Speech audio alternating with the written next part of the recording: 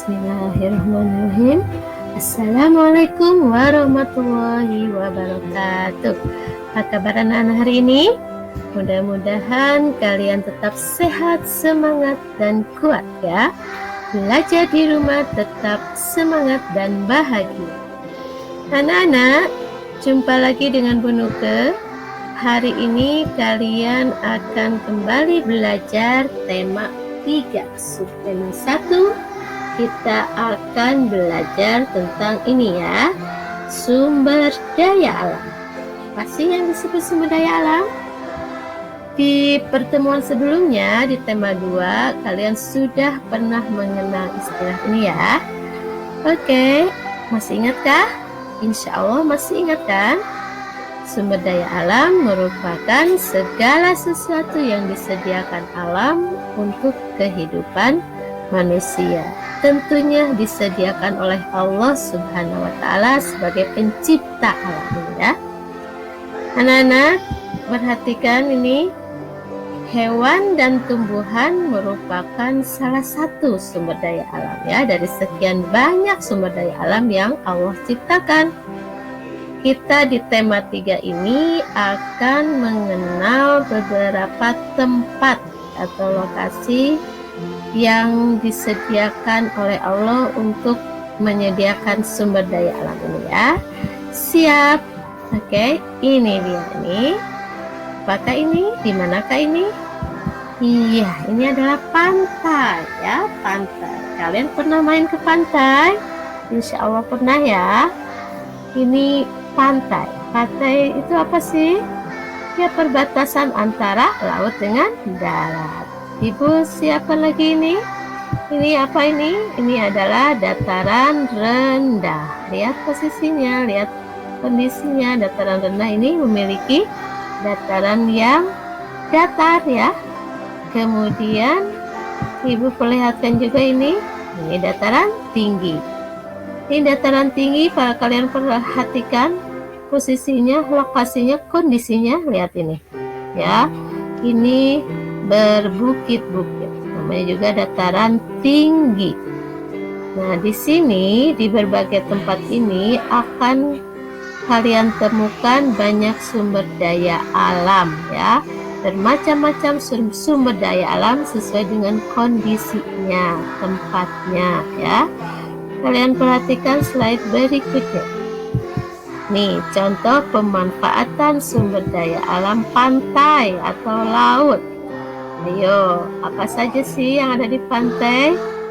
Siap, ini dia ikan. Ikan ya. Ikan merupakan salah satu sumber daya alam yang bisa diambil dari pantai atau dari laut ya. Siapa yang suka makan ikan? Insya Allah suka ya, karena sangat bergizi ya, mengandung protein yang tinggi. Oke, selain ikan ini ada air laut. Air laut juga merupakan sumber daya alam yang bisa diperoleh dari laut tentunya ya. Air laut bisa dimanfaatkan untuk apa? Iya, untuk membuat garam ya. Selanjutnya apakah ini? Oh, di sini ada pohon kelapa. Pohon kelapa juga merupakan salah satu ya sumber daya alam yang kita bisa ambil dari daerah pantai.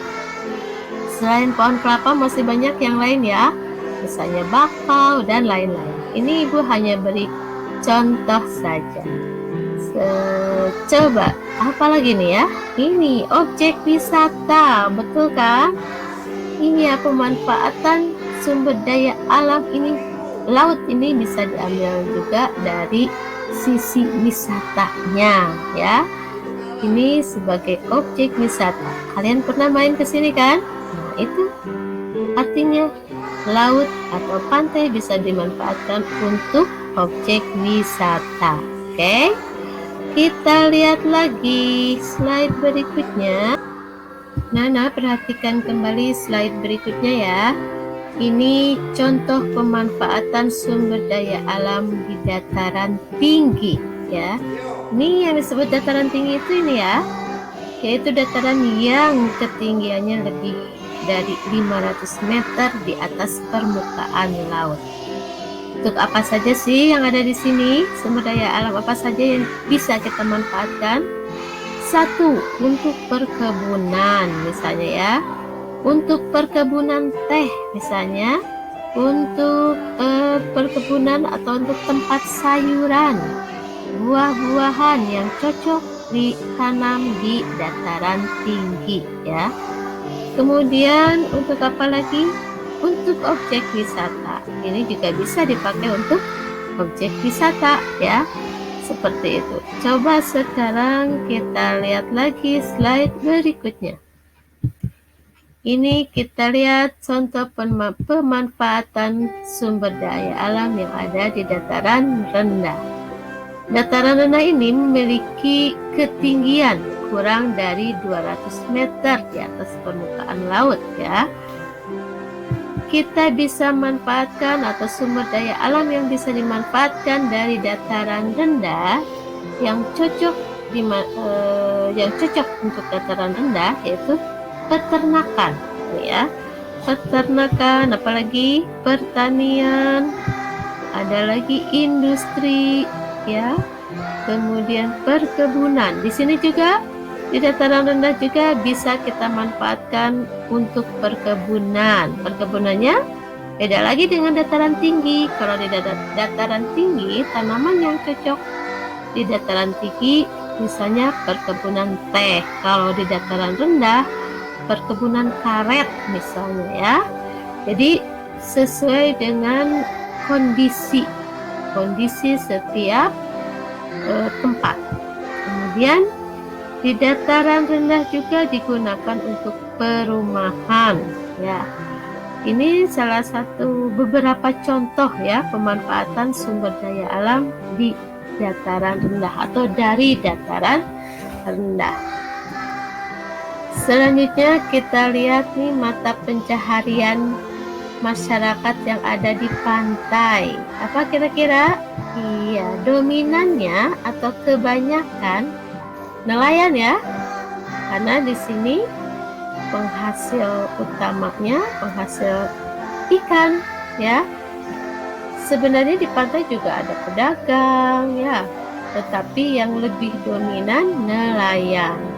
Kemudian di dataran rendah ada petani, mata pencahariannya tuh ya, ada pedagang, ada karyawan, ada dan lain-lain ya. Kalau di sini di dataran rendah lebih banyak macamnya ya.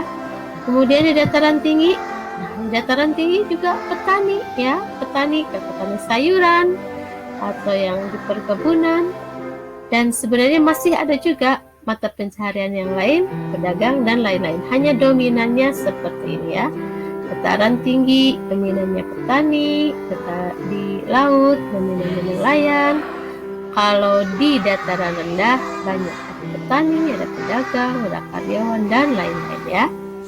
Anak-anak, jadi itu saja untuk pembelajaran tema 3 subtema 1 di pertemuan kali ini ya.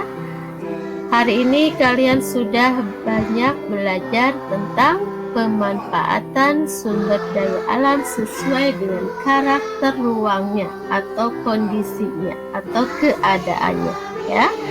Karena setiap tempat memiliki ciri khas, memiliki ciri tertentu, sumber daya alam tertentu disesuaikan dengan kondisi tempatnya tersebut ya, kondisi tempat tersebut. Oke, itu saja pembelajaran kita kali ini. Terima kasih atas perhatiannya.